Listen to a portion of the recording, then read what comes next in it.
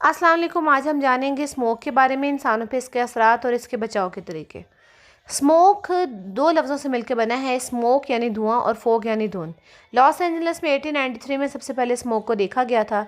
तब लोग ये समझते थे कि जिस इंडस्ट्री में से जितना ज़्यादा धुआं आ रहा है उतना ही ज़्यादा वो इंडस्ट्री कामयाब है, लेकिन असल में ऐसा नहीं है। वो जानते ही नहीं थे कि इसके इंसानी ज़िंदगी पर कितने बुरे असरात मरतब हो रहे हैं।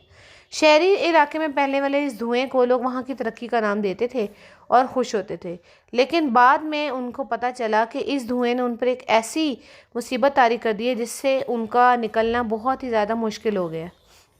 जुलाई 1943 लॉस एंजल्स में स्मोक ने अपना काम बहुत ज़्यादा बढ़ा दिया और बहुत ज़्यादा शहरी इलाके में 4 दिन तक ये घटा छाई रही, जिससे वहाँ के लोगों को बहुत ज़्यादा मसला हुआ।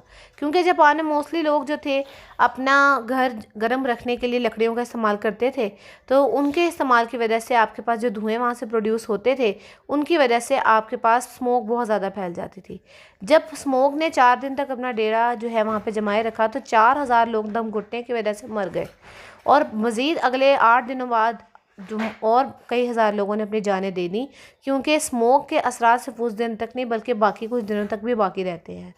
फिर कुछ असूल बनाए गए कि अब आपके पास घरों में ऐसी चीज़ें नहीं जलाई जाएंगी जिनसे धुआं पैदा होगा, और इस बात की इजाज़त दी गई कि इलेक्ट्रिक हीटर, सुई गैस और कोक जैसे कंपाउंड जलाए जाएं और वो इंडस्ट्रियाँ जिनसे धुएं निकलते हैं उनको शहर से बाहर रखा जाए। सल्फोरस स्मोक को लंदन टाइप स्मोक कहा, दूसरी टाइप को फोटोकेमिकल स्मोक भी कहा जाता है और ये लॉस एंजल्स टाइप भी कहलाती है। हमारे नियर बाय हमें जो स्मोक नज़र आती है विंटर्स में वो सल्फोरस स्मोक है, जिसके पैदा होने के लिए जिन कंडीशंस का होना ज़रूरी है उसमें सबसे पहले आती है ह्यूमिडिटी, नमी का होना, खड़ी हुई हवा और ठंडे मौसम का होना।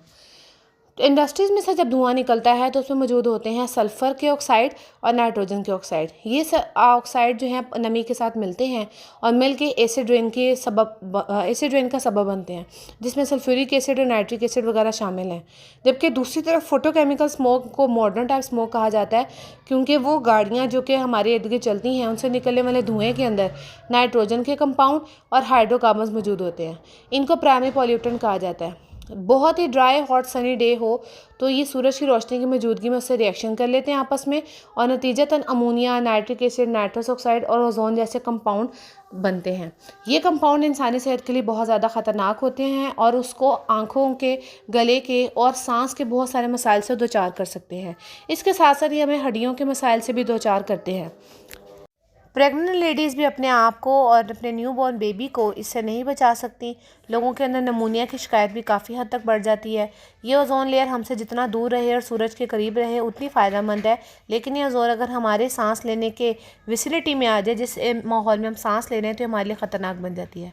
तो आप लोग क्लियर समझ चुके होंगे कि सर्दियों में जिस स्मोक का हमें सामना करना पड़ता है वो सल्फोरस स्मोक है, और अगर स्मोक गर्मियों के मौसम में आए तो वो स्मोक हमारे पास फोटोकेमिकल स्मोक है। अब इसके साथ साथ मैं आपको बताती चलूँ कि इसकी रोकथाम के लिए कोई ना कोई तरीका तो हमें इख्तियार करना होगा। हर साल गंदम की कटाई के वक्त जब कटाई के बाद जो बाकी तूड़ी रह जाती है मिट्टी में, उसके साथ उसको निकालने के लिए उसको आग लगा दी जाती है ताकि ज़मीन बिल्कुल न्यू सिरे से मिल सके और उसका नए तरीके से हल चलाया जा सके। तो सबसे बेहतर तरीका यही है कि जब पूरी अराज़ी पर आग लगाई जाती है तो उस आग को कंट्रोल किया जाए और आग के अलावा कोई और प्रॉपर सोल्यूशन इसका कंट्रोल देखा जाए, ताकि स्मोक जो है वो ना फैले और शहरों को मसला ना हो। Thank you.